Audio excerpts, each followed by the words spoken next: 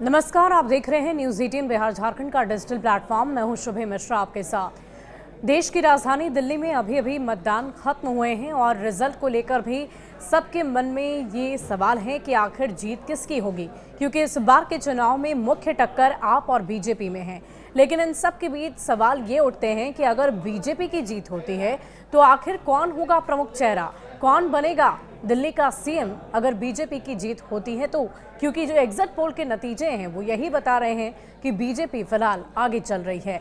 तो कौन है वो तीन प्रमुख चेहरे जो बीजेपी के को लीड कर सकते हैं, तो वो दिल्ली के सीएम के पद पर बैठ सकते हैं, उसकी पूरी जानकारी आपको देते हैं। सबसे पहले मनोज तिवारी को कमान मिल सकती है दिल्ली में अगर बीजेपी इस बार चुनाव जीतती है। तो जिस नाम की सबसे ज्यादा चर्चा है वो है मनोज तिवारी का नाम।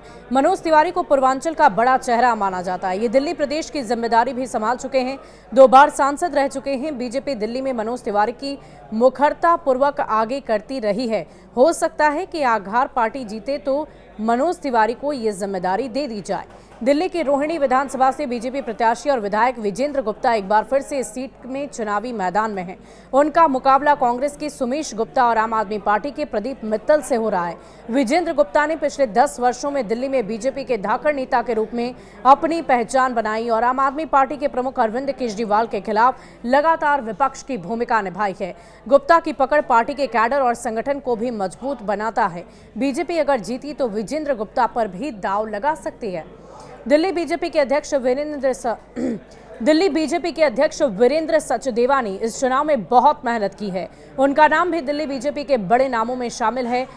अगर दिल्ली में पार्टी जीतती है तो उनका योगदान भी माना जाएगा। ऐसे में अगर पार्टी को जीत मिली तो पार्टी इनको भी सीएम का चेहरा बना सकती है।